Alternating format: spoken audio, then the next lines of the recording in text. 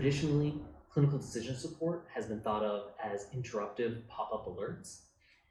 And really, it's so much more than that. Okay, there's different ways that the information can be presented. When we think about the 5 rights, the right information being presented to the right person in the right format, using the right channel at the right point in the clinical workflow, you can have really effective clinical decision support. But it doesn't have to be this interruptive alert, because these interruptive alerts, research has shown they can have limited to no effectiveness, and even sometimes unintended consequences. My name is Rohit Sangal. I'm the first author of this paper, and I'm assistant professor at the Yale University School of Medicine, associate medical director of the Adult Emergency Department, and also medical director of the ED Care Signature Program, which is discussed in this paper. I'm accompanied by my senior author. Hi, my name is Ted Melnick. I'm an associate professor of emergency medicine and health informatics here at Yale. I also direct our clinical informatics fellowship and in the interim section chief for research in emergency medicine. We'd like to talk to you about our article today that'll be coming out in the September 2023 edition of Mayo Clinic Proceedings, titled Clinical Decision Support, Moving Beyond Interruptive Pop-Up Alerts. I know in my clinical workflow, I try to make those things go away, but I'd love to have something that could really support my decision-making. Yeah, and that's what we highlight in this article, is that we have both worked on projects, the embed trial, care signature pathways, that treat clinical decision support in a different way. You mentioned the care signature program. Can you tell me a little bit more about it? So the concept behind the care signature pathways program was to provide high quality, standardized, equitable care across the patient continuum. When you think about COVID, that's when we started this program, it was information changing all the time. And it was really possible that across a large health system, a patient could present at one emergency department and get entirely different care than if they presented to a different emergency department, all within the same system. And so what we did is we took a clinical pathway that we had in paper form and we embedded it into the electronic health record. And it was interactable, meaning that the clinician could actually see the most up-to-date guidance while they were taking care of the patient. And so what we found is that those who used the clinical pathway had 10 times higher odds of providing the appropriate clinical treatment for COVID compared to those who didn't, which was a major success in such a highly variable and tumultuous time. Yeah, I remember when I was practicing during COVID and the guidelines were changing every day, and I recognized the power of care signatures here, and I could just click and it would just launch all of the activities in the EHR, and I didn't have to worry about, are we giving remdesivir today? What's the dose of aspirin? What's the dose of dexamethasone? It was just fully automated. And I think that that is similar to our experiences with the embed trial as well. So for embed, there's an NIH-funded trial across 5 healthcare systems where we tried to meet the emergency clinician where they were in terms of their knowledge and understanding for treating addiction to opioids in the emergency department.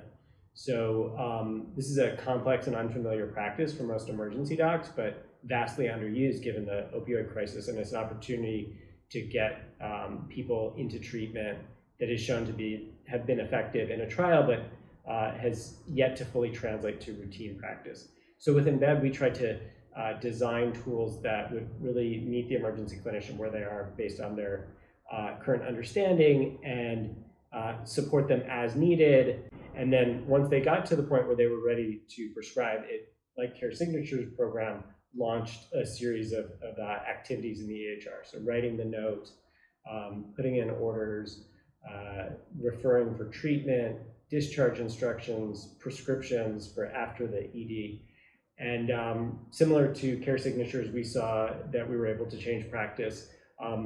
We, like other CDS, struggled to see change at the individual patient level, but this complex unfamiliar practice where people were not prescribing buprenorphine, we did see a jump of 10% of prescribers at the attending physician level for initiating buprenorphine in the ED. So I think, again, to Rohit's point, having CDS that really supports decision-making, doesn't just interrupt workflow, with an alert that may not be actionable and can really help to automate some of these activities is so important. And I mean, the technology is there. It's really about getting it into the tools that we use.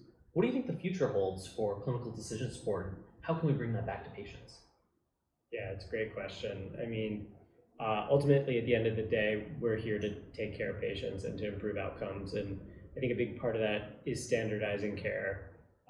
And in order to standardize care, I think we need programs like care signatures and decision support that's more user-initiated and integrated with the workflow, like Embed. So the future, I think, is bright. It's not going to happen overnight, but for example, the 21st Century Cures Act has really opened the marketplace for what we call APIs, so application program interfaces, where the EHR, which has historically been kind of clunky and may have some interruptive alerts that aren't really performing as intended because they've been designed to work in a vacuum, not in the complex socio-technical environment that we practice in. So in order to really innovate in that space, 21st Century Cures mandates data standards that allow for you to build apps essentially on top of the EHR. So that's where things like Smart on Fire come in. I think you wanted to share a little bit about that too, right? Yeah, so just like you said, so having interoperability is really important. And in order to have that, the EHR has to have a common language to be able to speak with these apps that are sitting atop it.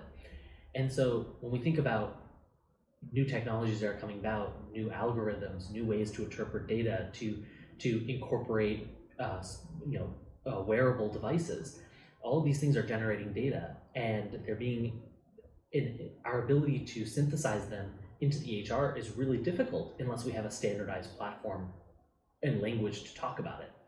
And so I think that's exactly right. With Smart on Fires, we're going to be able to start incorporating all of these additional layers of data that exist in ways that are useful to the clinician, and that ultimately will allow them to provide better care to the patient because they'll have a better understanding of what is the patient's data. And ultimately, that's what we're going for, is clinical decision support is meant to drive improvement in patient outcomes. And I agree with you, the future is bright. Yeah, and I mean, practice is transforming so much, over the last couple of years. I think we're going to probably see an acceleration there where care is more standardized and decision support does support decision-making beyond interruptive alerts. We hope you found this presentation from the content of our website valuable.